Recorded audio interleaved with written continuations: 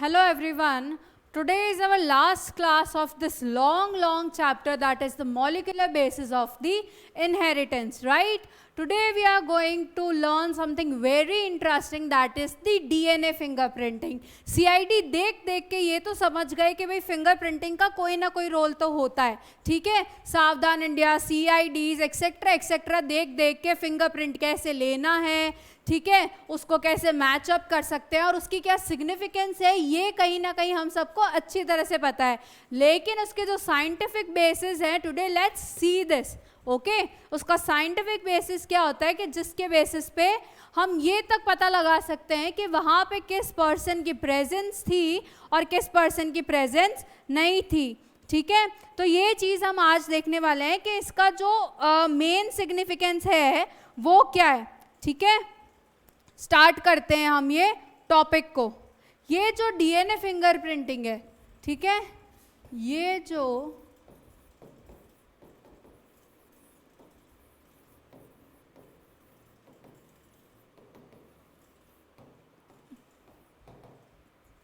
जितना interesting topic है उतना ही कंफ्यूजिंग भी लगेगा आपको, ठीक है. तो I request you people to not look at your books for once, right. Just give this lecture to me, okay, कि भाई सारा जो मैम कह रहे हैं वो सुन लेते हैं. तो मैं आपको जो डीएनए फिंगरप्रिंटिंग है वो बहुत एक सिंपल तरीके से समझाऊंगी.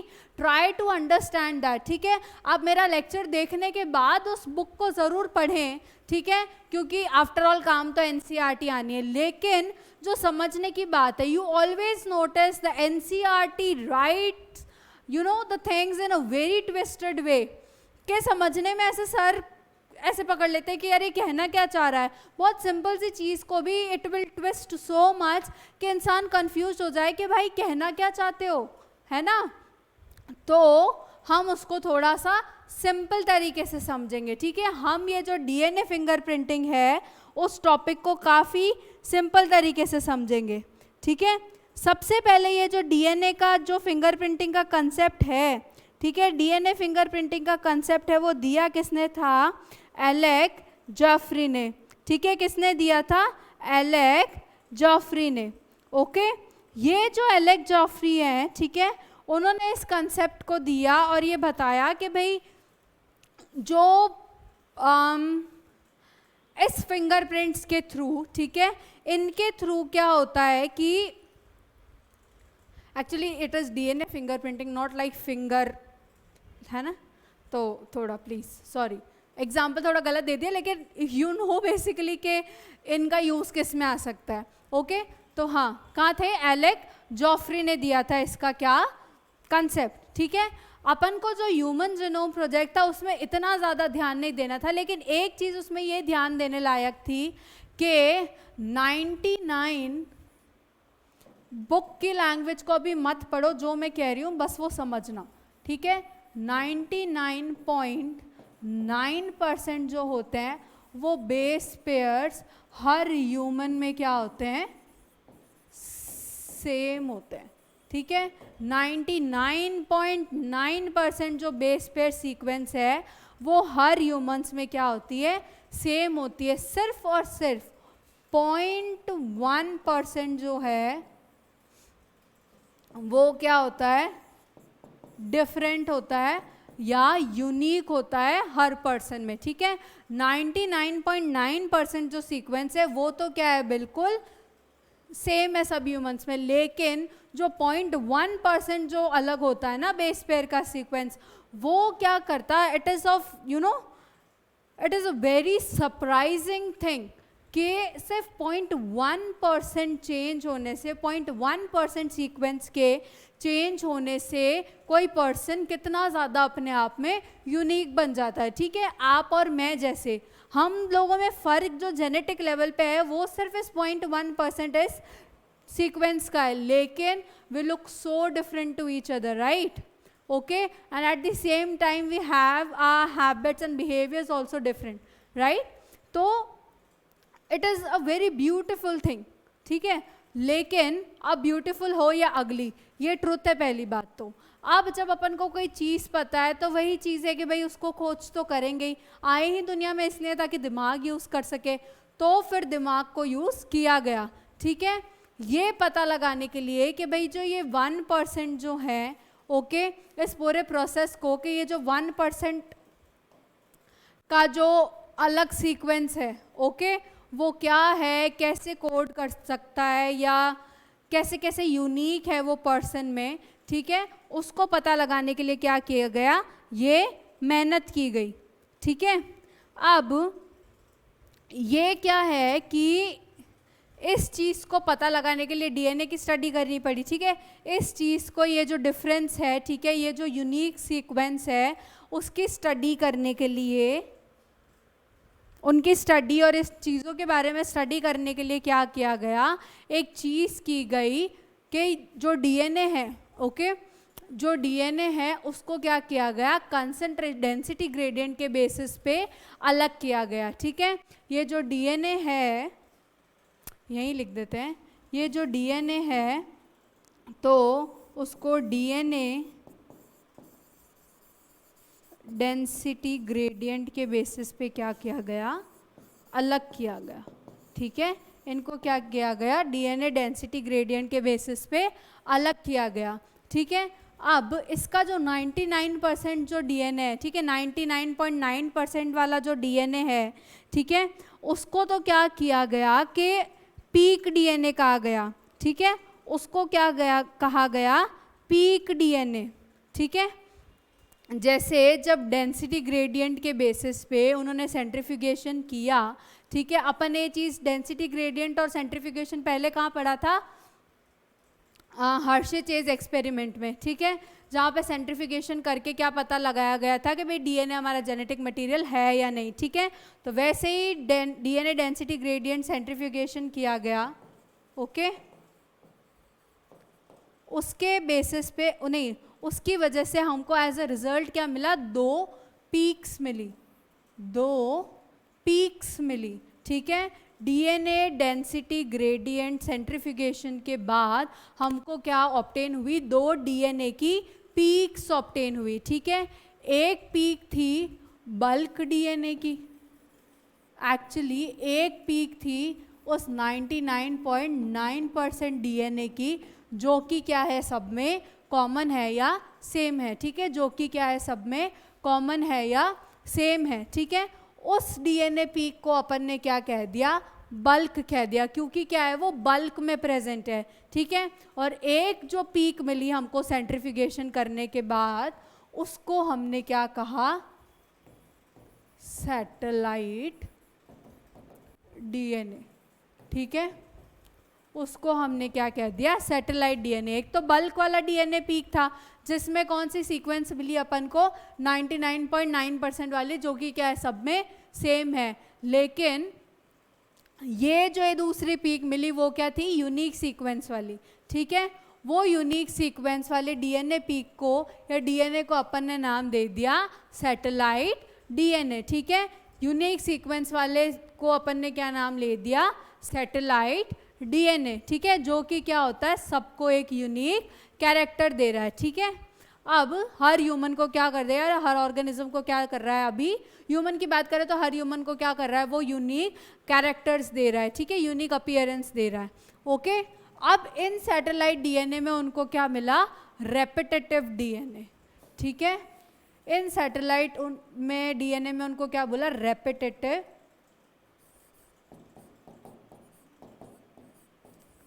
डीएनए, ठीक है। उन सैटेलाइट डीएनए में उनको क्या मिला, रेपिटेटिव डीएनए। और ये रेपिटेटिव डीएनए क्या होते हैं, कुछ ऐसे डीएनए सीक्वेंसेस होते हैं, ठीक है, कुछ ऐसे डीएनए सीक्वेंसेस होते हैं जो कि क्या करते हैं कि खुद को बार बार रिपीट करते हैं, ठीक है। ये ऐसे डीएनए के सीक्वेंसेस हैं, ठीक है, जहाँ पे क्या है कि वो डीएनए का सेगमेंट खुद को बार बार क्या करता है, रिपीट करता है, ठीक है। रेपिटेटिव डीएनए क्या है कि कुछ ऐसे सीक्वेंसेस हैं, ठीक है, कुछ ऐसे सीक्वेंसेस हैं जहाँ पे एक स्मॉल सेगमेंट ऑफ डीएनए जो है, एक स्मॉल सेगमेंट ऑफ डीएनए जो है वो खुद को क्या कर रहा है, बार बार रिपीट कर रहा है, ठीक है। जो सीक्वेंस खुद को बार बार क्या कर रहा है, रिपीट कर रहा है, ओके। तो उसको अपन ने क्या कह दिया, रेपिटेटिव डीएनए, ठीक है। अब इन सैटेलाइट डीएनए को अपन ने क्या किया, 3 कैटेगरीज के बेसिस पे 2 पार्ट्स में डिवाइड कर दिया, ठीक है। तीन क्राइटेरिया के बेसिस पे एक्चुअली इन सैटेलाइट डीएनए को अपन ने क्या किया, 3 क्राइटेरिया के बेसिस पे 2 कैटेगरीज में डिवाइड कर दिया, ठीक है। वो क्राइटेरियाज क्या थे, ATGC के रेशियोज, ठीक है, ATGC के रेशियोज, ओके। ये जो हमारा बेस पेयरिंग था उसके रेशियोज के बेसिस पे, ओके। उसके बाद सेकंड क्राइटेरिया था लेंथ ऑफ द सीक्वेंस, ठीक है, जो लेंथ है उस डीएनए सीक्वेंस का उसके बेसिस पे, ठीक है। और जो थर्ड है वो क्या था, कॉपी नंबर, ठीक है। कॉपी नंबर क्या होता है कि जैसे कि मैंने अभी बोला कि ये जो रिपीटेटिव डीएनए उसमें क्या होता है, सीक्वेंसेस बार बार खुद को रिपीट करते हैं, ठीक है। बार बार खुद को क्या करते हैं, एक फिक्स नंबर में रिपीट करते हैं, ठीक है। तो कितनी बार उस सीक्वेंस ने खुद को रिपीट किया है, ठीक है, उस नंबर को अपन क्या कहते हैं, कॉपी नंबर, ठीक है। कितनी बार वो सीक्वेंस रिपीट हुआ है उस नंबर को अपन क्या कहते हैं, कॉपी नंबर कहते हैं, ठीक है। उस नंबर को अपन क्या कहते हैं, कॉपी नंबर कहते हैं, ओके। अब इन तीनों क्राइटेरिया के बेसिस पे उसको डिवाइड किया गया 2 में, okay. That is the mini satellite and the micro satellite, ठीक है। मिनी सैटेलाइट और माइक्रो सैटेलाइट, ठीक है। अब मिनी सैटेलाइट और माइक्रो सैटेलाइट में एक चीज़ एडिशनल ज्ञान देना चाहूँगी कि जो मिनी सैटेलाइट डीएनएज होते हैं, ठीक है, जो मिनी सैटेलाइट डीएनएज होते हैं,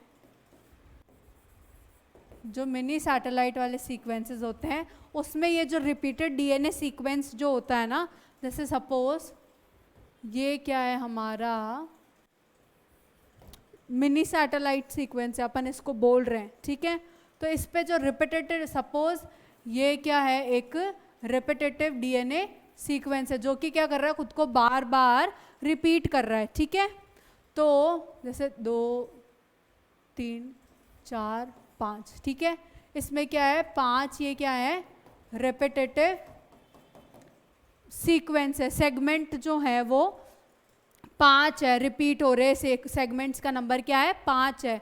तो इसमें जो एक सेगमेंट है, ठीक है, it contains around 10 to 100 base pairs, ठीक है। इसमें जो रिपीटिंग यूनिट है, ठीक है, वो कितने की होगी, 10 से 100 बेस पेयर की, ठीक है। एक यूनिट की बात कर रही हूँ, ये भी फिर 10 से 100 बेस पेयर, 10 से 100, 10 से 100, 10 से 100, ठीक है। समझ आ रहा है, जो यूनिट खुद को रिपीट कर रहा है बार बार, वो यूनिट जो है वो कम से कम 10 से 100 बेस पेयर का होता है, ठीक है।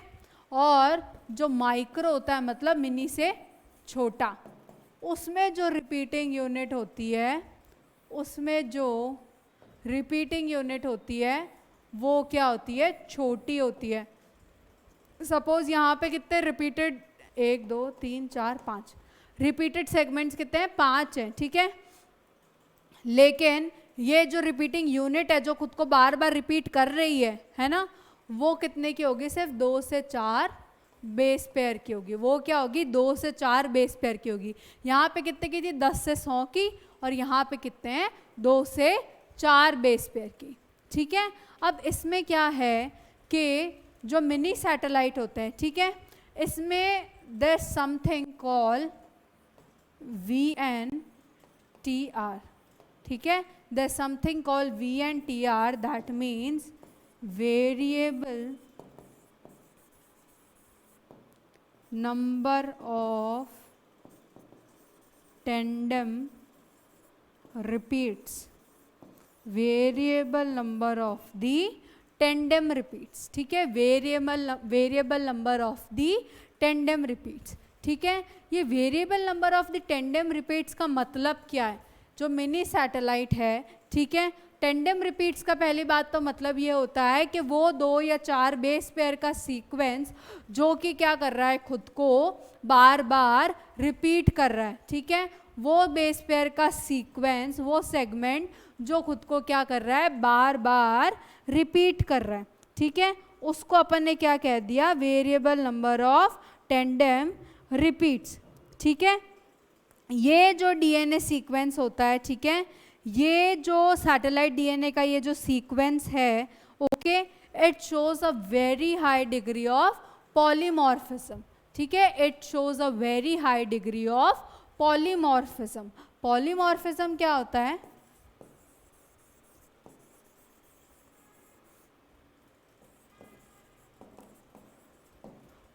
पॉली मतलब मैनी, और मॉर्फिज्म अपन कह सकते हैं एक तरह से फॉर्म्स, ठीक है, जिसके क्या हो, बहुत सारे फॉर्म्स हो, ओके। तो ये क्या करता है कि पॉलीमॉर्फिज्म शो करता है। एक्चुअली पॉलीमॉर्फिज्म क्या होता है, डीएनए फिंगरप्रिंटिंग का कहीं ना कहीं क्या बनता है, बेसिस बन जाता है। कैसे कि जो एक इंसान है, ठीक है, हर चीज़ का अलग डीएनए होता है। जैसे हेयर फॉलिकल्स के लिए अलग डीएनए है, ठीक है, स्किन के लिए, स्किन सेल्स के लिए अलग है, हर चीज़ के लिए अपने क्या है, अलग डीएनए, ठीक है। लेकिन हर डीएनए, एक सिंगल ऑर्गेनिज्म का हर DNA same amount of polymorphism show करेगा, ठीक है। एक इंसान का हर जगह का डीएनए चाहे हो, वो सेम अमाउंट ऑफ क्या करेगा, पॉलीमॉर्फिज्म को शो करेगा, ठीक है। जेनेटिक वेरिएशन, पॉलीमॉर्फिज्म मतलब जेनेटिक लेवल पे वेरिएशन को शो करेगा, ठीक है। तो ये क्या बन जाता है, ये भी क्या बन जाता है, बेसिस बन जाता है फॉर द डीएनए फिंगरप्रिंटिंग, कि भाई इस ऑर्गेनिज्म का बाल है, ठीक है, और अपन को जो सपोज क्राइम सीन से जो बाल मिला, वो क्या कर रहा है, इतना ही पॉलीमॉर्फिज्म या इतने ही लेवल पे जेनेटिक यूनिकनेस शेयर कर रहा है, जेनेटिक वेरिएशन शो कर रहा है, तो अपन को पता चल जाएगा भाई ये इसी का बाल है, ठीक है। तो बेसिकली पॉलीमॉर्फिज्म का यहाँ पे ये मतलब है। और ये फिंगर प्रिंटिंग वाले यूज भी किस में होते हैं, मेन तो कि भाई कोई क्राइम सीन है या क्या होता है, कोई पैटर्निटी इश्यूज होता है ना, उस केसेस में ये क्या करता है, काम आता है, ओके। हाँ, हम कहाँ थे, variable number of tandem repeats पे। तो वो satellite DNA which shows high degree of the satellite DNA or the type of mini satellite DNA which shows high degree of polymorphism is known as the variable tandem repeats, okay, variable number of tandem repeats, ठीक है। इसको अपन क्या करते हैं कि एक DNA probe की तरह यूज करते हैं, इसको अपन क्या करते हैं, एक डीएनए प्रोब की तरह यूज करते हैं, ठीक है, एक आइडेंटिफाइंग मैं कहूँगी फैक्टर की तरह यूज़ करते हैं, ताकि अपन को हेल्प हो सके उस जो डीएनए सीक्वेंस है, ठीक है, उसको जानने के लिए, ओके, जो डीएनए के बारे में इंफॉर्मेशन है उसको जानने के लिए। तो it is used as a probe, ठीक है, जिससे अपन क्या कर सके कि जो हमारा सस्पेक्ट डीएनए या जो भी हमारा सैंपल डीएनए है उसको अपन क्या कर सके, यूज़ कर सके, ओके, उसको अपन क्या कर सके, यूज कर सके by attaching it with the या by hybridising it with the our sample DNA, जिसको अपन को क्या करना है, अभी एग्जामिन करना है, ठीक है। अब इस डीएनए फिंगरप्रिंटिंग का प्रोसेस क्या होता है, ठीक है, ये तो था कुछ बेसिस, कुछ जनरल इंफॉर्मेशन। इसका बेसिस या मेथड क्या होता है, ओके। सबसे पहले तो क्या करते हैं कि इसको आइसोलेट करते हैं, ठीक है। सबसे पहले इस डीएनए को क्या करते हैं, आइसोलेट करते हैं, आइसोलेट दी डीएनए, ठीक है। सबसे पहले क्या किया कि उस सेल को लिया जहाँ से अपन को क्या चाहिए, डीएनए चाहिए, ठीक है, उस डीएनए को सेल से बाहर निकाला, उसको आइसोलेट किया, ठीक है। फिर उस डीएनए का क्या कराया, डाइजेशन कराया बाय एंडोन्यूक्लियस, ठीक है, बाय दी एंडोन्यूक्लियस एंजाइम। एक चीज़ वैसे मैं आपको बाद में भी बता सकती हूँ, लेकिन अभी सुन लो कि एंडोन्यूक्लियस जो एंजाइम होते हैं, ठीक है, एंडोन्यूक्लियस, एंडो मतलब अंदर, ठीक है, तो वो एंजाइम्स जो कि जो डीएनए है उसको, सपोज ये डीएनए सीक्वेंस है, तो ये जो रेस्ट्रिक्शन एंडोन्यूक्लियस एंजाइम होते हैं उसको क्या करेंगे, उसको कहीं बीच बीच की साइड से कट कर देंगे, तो ये क्या हो जाएगा, फ्रेगमेंट्स में कन्वर्ट हो जाएगा। एंडो मतलब अंदर की साइड से काट रहा है, बीच में, ओके। और एक एक्सोन्यूक्लियस भी होता है जो क्या करता है, डीएनए की जो पेरीफेरी होता है उस सीक्वेंस से उसको कट करता है, ठीक है।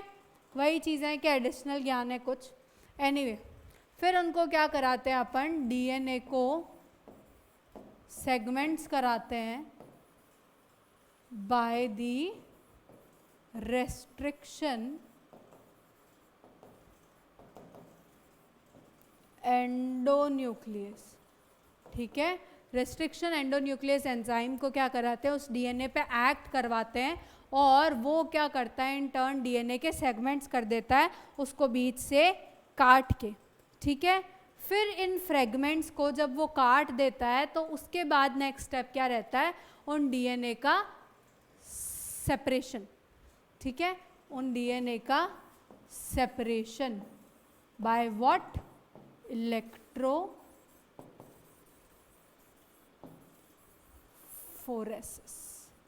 अब ये इलेक्ट्रोफोरेसिस क्या होता है ये मैं आपको यहाँ नहीं बताऊंगी, ये जब अपन आगे हमारी बायोटेक्नोलॉजी आगे डिस्कस करेंगे यूनिट्स में तब आपको इलेक्ट्रोफोरेसिस का पूरा मतलब समझाया जाएगा, ठीक है। अभी इस पे ध्यान नहीं देना, अभी ये समझ लो कि हमारा क्या हो रहा है, सेपरेट कर रहे हैं हम डीएनए को, ठीक है। एक प्रोसेस है जिसका नाम है इलेक्ट्रोफोरेसिस, उससे ओके। जब ये डीएनए फ्रेगमेंट्स क्या हो गए, इलेक्ट्रोफोरेसिस से क्या हो गए, मतलब अलग हो गए, ठीक है। तो इलेक्ट्रोफोरेसिस में एक मीडियम को यूज किया जाता है जिसको बोलते हैं एगरोस, ओके, उसको क्या बोलते हैं, एगरोस, ठीक है। तो ये डीएनए फ्रेगमेंट सेपरेट होके क्या पड़े होते हैं, वहीं पे पड़े होते हैं, तो उसको ज़्यादा उन सेगमेंट्स को ज़्यादा स्टेबलाइज करने के लिए अपन उसको क्या करते हैं, नाइट्रोसेलुलोज पे ट्रांसफ़र कर देते हैं, ठीक है। अपन उसको क्या करते हैं, जो एगरोस पे पड़ा था डीएनए फ्रेगमेंट, एगरोस पे पड़ा था, ठीक है, उसको कहाँ ट्रांसफ़र कर दिया, नाइट्रो सेल्यूलोज पे, जिसको अपन क्या कहते हैं, ब्लॉटिंग कहते हैं, ठीक है। ये ब्लॉटिंग कराई, उसको थोड़ा कंपैरेटिवली स्टेबल मटेरियल पे क्या किया, ट्रांसफ़र किया, जो कि क्या था, नाइट्रोसेल्यूलोज, ठीक है। उसकी ब्लोटिंग करा दी, मतलब इस प्रोसेस को क्या कहते हैं, ब्लोटिंग कहते हैं, ठीक है। फिर अपन ने क्या किया कि वो जो हमारा डीएनए था, ठीक है, उसको अपन ने क्या किया कि हाइब्रिडाइज कराया किसके साथ में, VNTR के साथ में, ठीक है। अपन ने किसके साथ उसको हाइब्रिडाइज कराया, VNTR के साथ में, ठीक है।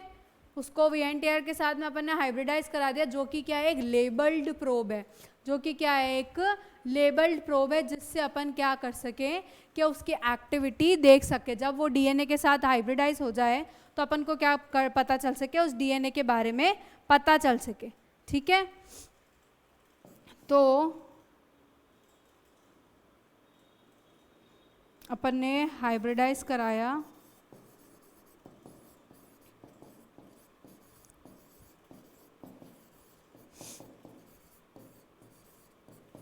ठीक है।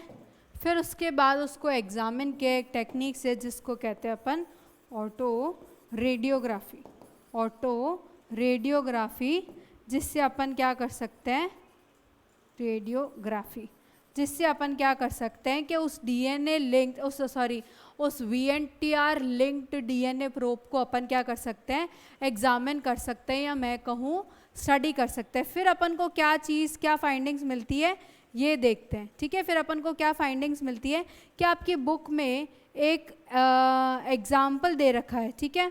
आपकी बुक में क्या कर रखा है, एक एग्जाम्पल दे रखा है। अपन एक छोटा एग्जाम्पल लेंगे, ज़्यादा बड़ा एग्जाम्पल लेने जितना टाइम नहीं है अभी, अपन को क्वेश्चन एंड आंसर्स भी डिस्कस करना है, ठीक है। सपोज क्या है, एक पर्सन ए है और पर्सन बी है, ओके। क्रोमोसोम नंबर 1 है, क्रोमोसोम नंबर 2 है। वैसे तो सारे ही क्रोमोसोम का होता है, लेकिन इतना टाइम नहीं है अपने पास।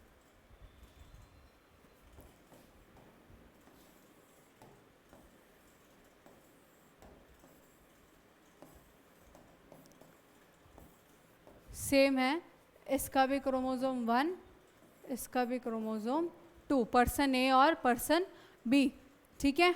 अब जो फर्स्ट पर्सन का जो हम मान लेते हैं कि होमोलोगस क्रोमोसोम की बात हो रही है, ठीक है। यहाँ पे क्या हो रही है, हमारे होमोलोगस क्रोमोसोम की बात हो रही है, ठीक है। तो अब ये क्या है कि जब अपन इनको जैसे अभी इनिशियल से लेके सीधा जेल वाले स्टेज पे आएंगे, ठीक है। जब अपन ने क्या कर दिया था, उनको साइज के हिसाब से जेल पे जो एगोरोस जेल था उनमें क्या कर दिया था, सेपरेट कर दिया था, ओके। अब ये क्या होता है, रिपीटेटेड डीएनए के सीक्वेंस पे क्या होता है, अलग होता है। जो सीक्वेंस जितना बड़ा उसके बेसिस पे क्या होता है, ये सेपरेट हो जाते हैं, ठीक है। तो सपोज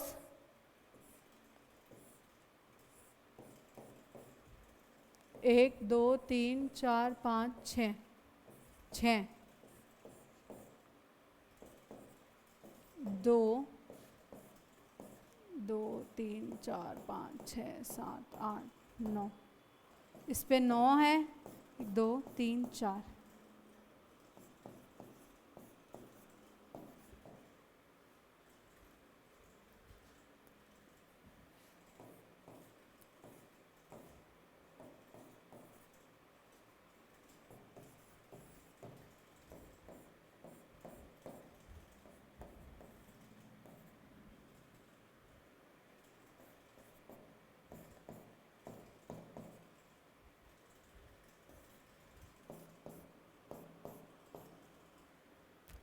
पाँच ले लिया, 3 ले लिया, 2 ले लिया, इसमें 6 बना देते, 1 2 3 4 5 और 6, ठीक है। ये क्या है, रिपीटेटेड डीएनए सीक्वेंस, या मैं कहूँ कॉपी नंबर्स हैं, ठीक है, कि कितनी बार ये रिपीटेड सीक्वेंस अपने आप को रिपीट कर रहा है, ठीक है। तो यहाँ पे इसने कितनी बार रिपीट किया, 6 बार, यहाँ पे 2 बार। ये होमोलोगस क्रोमोसोम में एक होमोलोग दूसरा होमोलोग, एक होमोलोग दूसरा होमोलोग, ठीक है। 6 2 9 4 और यहाँ पे क्या है, 3 5 2 और 6, ठीक है। ये रिपीटेड सीक्वेंस है, ठीक है। इतनी चीज़ थोड़ी थोड़ी समझ आ रही है, ठीक है। फिर अपन ने क्या करा है कि इनका रेस्ट्रिक्शन एंडोन्यूक्लियस से इनको फ्रेगमेंट्स करवाए, ओके। ये क्या है, रिपीटेड जो डीएनए सीक्वेंस है उनके बेसिस पे साइज में कट हो जाते हैं, ठीक है। उनके बेसिस पे क्या होता है, साइज में कट हो जाते हैं, ठीक है। फिर इनका क्या होता है, जेल इलेक्ट्रोफोरेसिस के बेसिस पे अपन इनको अलग करते हैं, ठीक है। ये ए का जेल इलेक्ट्रोफोरेसिस है, ये बी पर्सन का जेल इलेक्ट्रोफोरेसिस है, ठीक है। 1 से 10 तक नंबर लिख देते हैं यहाँ पे, 10 9 8 7 6 5 4 3 2 और 1 और 1, ये भगवान, ओके। और यहाँ पे भी सेम रखेंगे, यहाँ पे भी अपन सेम रखेंगे, ठीक है, सेम काउंटिंग। साइज के बेसिस पे ये फ्रेगमेंट्स क्या होंगे, अलग होंगे, ठीक है। जेल इलेक्ट्रोफोरेसिस पे साइज के बेसिस पे ये अलग हो रहे हैं। तो फर्स्ट का जो है वो रिपीटेटिव डीएनए पे अलग करेंगे तो कितना होगा, 6 आ रहा है ना। एक डीएनए को रख देंगे, एक डीएनए को रख देंगे 6 पे, ठीक है। एक को रख देंगे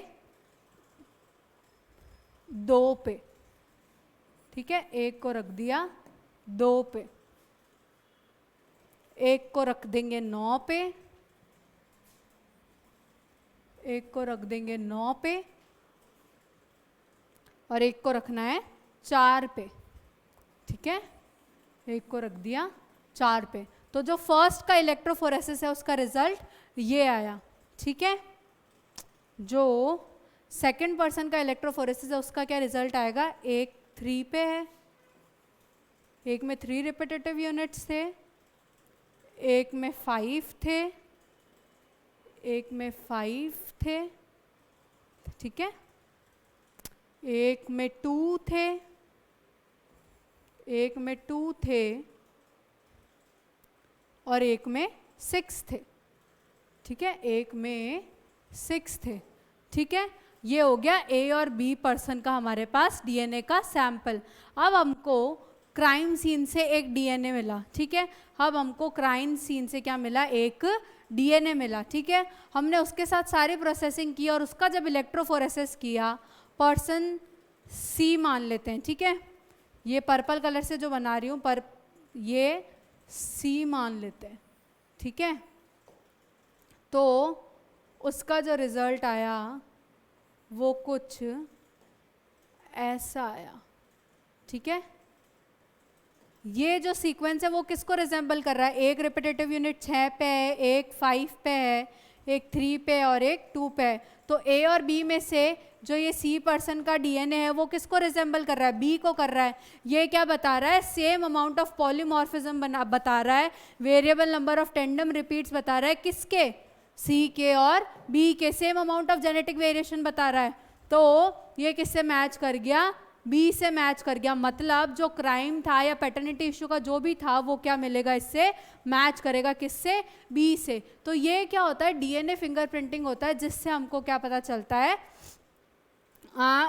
डीएनए लेवल पे हमको इन्फॉर्मेशन मिलती है, ठीक है, जो यूनिकनेस है उसकी क्या मिलती है, इन्फॉर्मेशन मिलती है। एनसीईआरटी में कुछ बहुत भारी भरकम वर्ड्स लिखे हुए हैं जो कि काम भी नहीं आने वाला, आपसे ऐसी चीज़ें कोई नहीं पूछने वाला, आप सिर्फ इसके बेसिस को समझो, इसके लॉजिक को समझो कि ये कहना क्या चाह रहा है, ठीक है, बाकी सब इतना डिटेल में पढ़ने की ज़रूरत नहीं है, जो है बेसिक्स है उसको समझो, आगे चीज़ें अपने आप समझ आ जाएगी, ठीक है। ये तो था हमारा DNA fingerprinting and with this we end this chapter, ठीक है।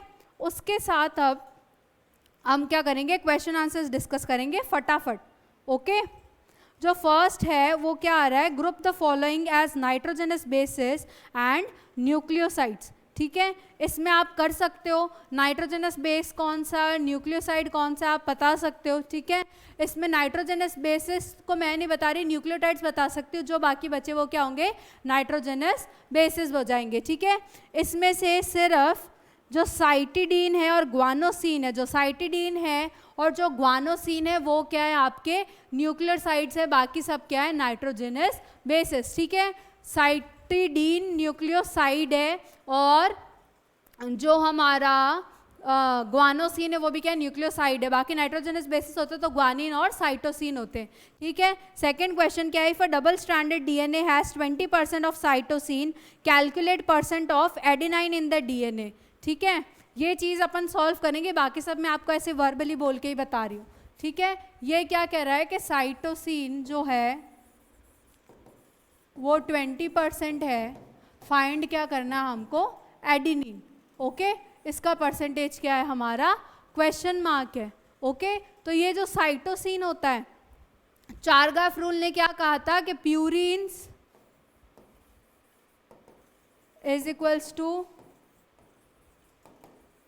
पिरिमिडीन्स, ठीक है, जितने प्यूरिन्स होंगे उतने पिरिमिडीन्स भी होंगे, ये चीज़ तो याद है ना, चारगाफ रूल ने क्या कहा था, जितने प्यूरिन्स उतने ही पिरिमिडीन्स, ठीक है। प्यूरिन्स कौन से हो जाते हैं, एडेनाइन और ग्वानिन, ये क्या हो जाता है, साइटोसिन प्लस थाइमीन, ठीक है। तो अपन मान के चलते हैं कि आपस में बेस पेयरिंग कौन करता है, ग्वानिन और साइटोसिन, एडेनाइन और थाइमीन। तो जितने साइटोसिन है उतना ग्वानिन भी प्रेजेंट होगा इसके अंदर, होना ही पड़ेगा ना, तभी तो पेयर करेगा आपस में। तो साइटोसिन अगर 20 है, ठीक है, तो ग्वानिन भी 20 होगा, साइटोसिन 20 है तो ग्वानिन भी 20 होगा ना, आपस में इक्वली तो होते हैं ये, ओके। तो साइटोसिन अगर 20 है और अगर ग्वानिन इसके इक्वल होता है, ठीक है, तो ग्वानिन भी क्या हुआ, मतलब 20 हुआ, ठीक है। तो अगर 100% अपन इनका चारों का एडिशन माने, ठीक है, तो उसमें से 40 तो क्या हो गए, 40% तो क्या हो गए, ग्वानिन प्लस साइटोसिन ही हुए, ठीक है। तो बच्चे कितने, एडेनाइन और थाइमीन कितने होंगे, एडेनाइन प्लस थाइमीन कितने होंगे, 60% होंगे, ठीक है। ग्वानिन प्लस साइटोसिन कितने हुए, 40% ऑफ बेस पेयर बना रहे हैं, तो बाकी 60% कौन बनाएगा, एडेनाइन प्लस थाइमीन। और हमको पता है कि ये इक्वल अमाउंट में होता है, तो मतलब 30% एडेनाइन होगा और 30% ही थाइमीन होगा, इसलिए आंसर क्या आ जाएगा, एडेनाइन का 30%, ठीक है। नेक्स्ट क्वेश्चन क्या है, if the sequence of one strand of DNA is written as follows, ठीक है, write down the sequence of the complementary strand. आप लिख सकते हो कॉम्प्लीमेंट्री, अगर ATCG लिखा हुआ है तो कॉम्प्लीमेंट्री क्या होगा डीएनए का, TAGC, ठीक है। उस अकॉर्डिंग जो भी स्ट्रैंड हो उसका कॉम्प्लीमेंट्री सीक्वेंस आप लिख सकते हैं एंटी पैरेलल स्ट्रैंड पे, राइट? Okay, good. अब जो फोर्थ है, ठीक है, उसमें क्वेश्चन है कि if the sequence of the coding strand, mind you guys, coding strand, ऐसी चीज़ों को आपको हमेशा अंडरलाइन करना चाहिए कि जो कोडिंग स्ट्रैंड है उसका सीक्वेंस बताया गया है। और एक चीज़, कोडिंग स्ट्रैंड को कोडिंग स्ट्रैंड बोलते ही क्यों है? क्योंकि उसका जो कोड है, उसका जो सीक्वेंस है वो किसके सिमिलर होता है? आरएनए के सीक्वेंस के, ठीक है? जो कोडिंग स्ट्रैंड होता है उसका सीक्वेंस क्या होता है? आरएनए सीक्वेंस के क्या होता है? सेम होता है। तो इस सीक्वेंस में जहां जहां आपको टी मिल रहा है, इस कोडिंग स्ट्रैंड में जहां जहां आपको टी मिल रहा है वहां वहां आपको यू लगाना है। बाकी क्या होता है? सेम होता है सीक्वेंस किसका? कोडिंग स्ट्रैंड का और आरएनए का। Okay, next question is which property of the DNA double helix led Watson and Crick to hypothesize the semi conservative वाली property, ठीक है? तो जो हमारी एंटी पैरेलल था, सॉरी, जो कॉम्प्लीमेंटैरिटी का बेसिस था, ठीक है, जो कॉम्प्लीमेंटैरिटी वाला प्रॉपर्टी था, उस प्रॉपर्टी की वजह से क्या हुआ? सेमी कंजर्वेटिव वाला ये हाइपोथेसिस निकला कि भाई एक स्ट्रैंड क्या करेगा? एज अ टेम्पलेट एक्ट करेगा, एज अ सोर्स एक्ट करेगा, और दूसरा स्ट्रैंड क्या बन जाएगा? अपने आप उस कॉम्प्लीमेंटैरिटी के बेसिस पे बन जाएगा, ठीक है? Sixth is depending upon the chemical nature of the template and the nature of the nucleic acid synthesized from it, list the types of nucleic acid polymerases. दो टाइप के न्यूक्लिक एसिड पॉलीमरेजेस होते हैं, एक तो DNA dependent DNA polymerase और एक DNA dependent RNA polymerase, ठीक है? इसमें क्या होता है? डीएनए से डीएनए सिंथेसाइज हो रहा है और इसमें डीएनए से क्या सिंथेसाइज हो रहा है? आरएनए सिंथेसाइज हो रहा है, ठीक है? कूल। अब जो नेक्स्ट क्वेश्चन है, that is how did Hershey and chase differentiate between the DNA and protein? उनको कैसे पता चला कि जेनेटिक मटेरियल क्या था? उन्होंने बैक्टीरियोफेज को अलग अलग मीडियम्स में ग्रो कराया, एक तो फॉस्फोरस था जिसमें, ठीक है, और एक में क्या था? हमारा नाइट्रोजन था, ठीक है? नाइट्रोजन डीएनए में होता है, फॉस्फोरस प्रोटीन में होता है, सॉरी, फॉस्फोरस किस में होता है? डीएनए में होता है, और सल्फर किस में होता है? प्रोटीन में होता है। रेडियो एक्टिवली ग्रो करा लिया, उनको क्या करा दिया? बैक्टीरिया से इन्फेक्ट करा दिया बैक्टीरियोफेजेस को, ओके? उसके बाद सेंट्रीफ्यूगेशन करके देख लिया कि जो बैक्टीरियोफेजेस ने जिन बैक्टीरिया को इफेक्ट किया था उसमें रेडियो एक्टिविटी दिखी, मतलब डीएनए बैक्टीरियोफेज से बैक्टीरिया में ट्रांसमिट हुआ, ओके? उसके बाद नेक्स्ट है differentiate between the following, repetitive DNA, satellite DNA. Repetitive DNA क्या होता है? सीक्वेंस रिपीटेटेड होते हैं, और सैटेलाइट डीएनए आपको पता है, ओके? एमआरएनए और टीआरएनए, एक क्या होता है? अडेप्टर मॉलिक्यूल होता है, एक टेम्पलेट स्ट्रैंड के लिए एक्ट करता है, ओके? टेम्पलेट स्ट्रैंड और कोडिंग स्ट्रैंड भी कर सकता है कि टेम्पलेट स्ट्रैंड तो कन्वर्ट होता है एमआरएनए में, कोडिंग स्ट्रैंड यूजलेस होता है, okay? List two essential roles of ribosome during translation. एक तो वो साइट ऑफ अटैचमेंट देता है टीआरएनए और एमआरएनए को, प्लस क्या करता है? प्रोटीन का सिंथेसिस कराता है, ओके? इस नेक्स्ट क्वेश्चन में आपको पूछ रहा है कि इनिशियली तो लैक ओपेरॉन इंड्यूस हो जाता है लैक्टोज से, लेकिन थोड़े टाइम बाद लैक ओपेरॉन स्विच ऑफ क्यों हो जाता है? क्योंकि लैक्टोज भी खत्म हो जाता है थोड़े टाइम बाद मीडियम में, ओके? इसका ये आंसर है। टाइम नहीं है इसलिए शॉर्ट में समझा रही हूँ।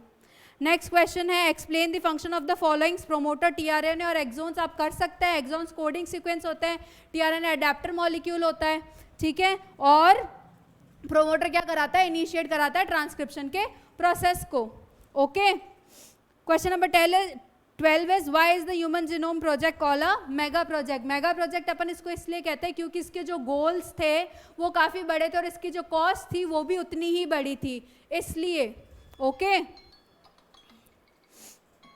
जो नेक्स्ट है, what is the DNA fingerprinting and mention its application? Fingerprinting अभी आपको समझाया था, इसकी एप्लीकेशन क्या क्या हो जाएगी? पैटर्निटी इश्यूज सॉल्व करने में काम आता है, जो क्राइम सीन्स हैं उन केसेस में हेल्प कर सकता है, ठीक है? नेक्स्ट और लास्ट क्वेश्चन है briefly describe the processes, polymorphism following, transcription अपन कर सकते हैं, ठीक है, पूरा अच्छे से, डीएनए में आरएनए कैसे कन्वर्ट होता है, ओके? नेक्स्ट क्वेश्चन है पॉलीमॉर्फिज्म, जो हमारा क्या है? जेनेटिक वेरिएशन होता है डीएनए के लेवल पे, उसको अपन क्या कहते हैं? पॉलीमॉर्फिज्म कहते हैं, okay? Third one is the translation process. Translation क्या था हमारा? आरएनए से प्रोटीन का कन्वर्जन जो होता है, ठीक है। और जो बायो इन्फॉर्मेटिक्स थी वो क्या थी कि भाई हम क्या करते हैं कि स्टैटिस्टिक्स एक्सेट्रा मेथडोलॉजीज को अपन क्या करते हैं बायोलॉजी की इंफॉर्मेशन को सेव करने के लिए यूज़ करते हैं, ठीक है। जो ह्यूमन जीनोम प्रोजेक्ट था उसका डेटा इतना सारा था कि वो बुक्स पेपर्स पे नहीं कर सकते थे अपन से, इसलिए क्या हुआ कंप्यूटेशनल डेटास को अपन ने यूज़ किया उसको स्टोर करने के लिए, ठीक है। इन मेथड्स एंड प्रोसेस को अपन क्या कह रहे थे बायो इन्फॉर्मेटिक्स बोल रहे थे, ठीक है। With this we end this chapter number 6, that is the molecular basis of the inheritance. Okay, thank you.